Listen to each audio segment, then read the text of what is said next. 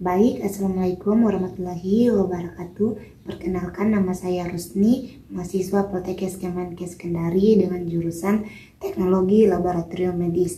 Nah, pada video kali ini saya buat untuk menyelesaikan tugas mata kuliah saya, yaitu Kimia Klinik Lanjutan, di mana saya akan menjelaskan mengenai gambaran skematik sintesis hormon dan pelepasannya ke dalam sel folikel tiroid.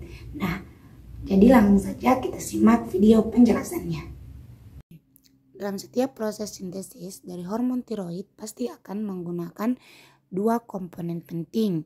Ya, ada yang kita kenal dengan iodium dan juga pasti akan memerlukan tiroglobulin, di mana iodium ini kita peroleh secara eksternal dari luar tubuh, di mana saat kita mengkonsumsi makanan yang mengandung garam beriodium dan sebagainya. Sedangkan tiroglobulin sendiri memang sudah disintesis secara alami dalam tubuh kita dengan jumlah yang memadai. Nah, dua komponen penting ini sangat penting dan saling mensupport untuk menghasilkan hormon tiroid yang optimal, yang dapat bekerja dengan baik dalam tubuh kita. Apabila salah satu dari dua komponen ini defisiensi atau mungkin kekurangan, maka juga akan mengganggu sintesis dari hormon tiroid kita, misalnya defisiensi iodium.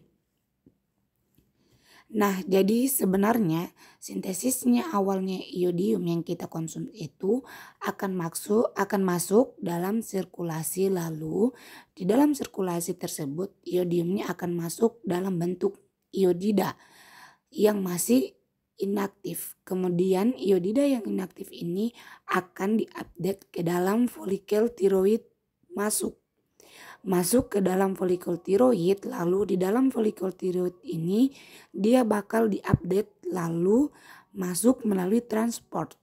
Nah, transportnya atau yang kita kenal dengan transport aktif.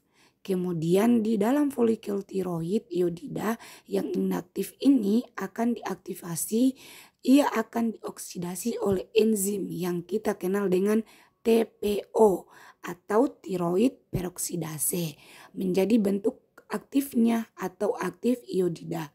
Kemudian aktif iodida ini akan diteruskan lagi masuk ke dalam koloid, sebuah transporter.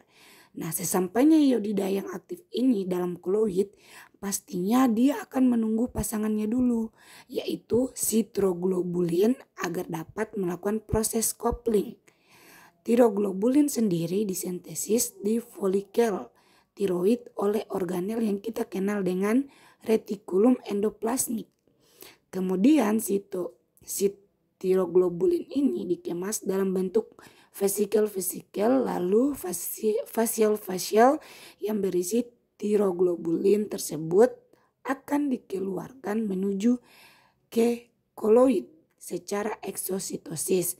Nah, sesampainya di koloid, maka tiroglobulin dan iodida tersebut akan melakukan proses coupling untuk membentuk IMIT dan DIT, di mana IMIT ini adalah monoiodotirosin dan DIT adalah diodotirosin. Di mana jika satu IMIT dan satu DIT bergabung, maka akan membentuk yang namanya T3 atau yang dikenal dengan triodotironin. Sedangkan jika dua DIT bergabung, maka akan membentuk T4 atau yang kita kenal dengan hormon tiroksin. Nah, kemudian IMIT, DIT dan T3, T4 akan dikemas dalam suatu bentuk vesikel, lalu akan dikembalikan lagi menuju ke dalam folikel tiroid secara endositosis. Nah, kemudian di dalam folikel tiroid tersebut terdapat lisosom enzim. Lisosom enzim ini akan memecah MIT DIT, dipisahkan dari T3 T4. Kemudian hormon tiroid T3 dan T4 ini akan diteruskan ke sirkulasi dan menuju ke sel-sel targetnya di tubuh kita.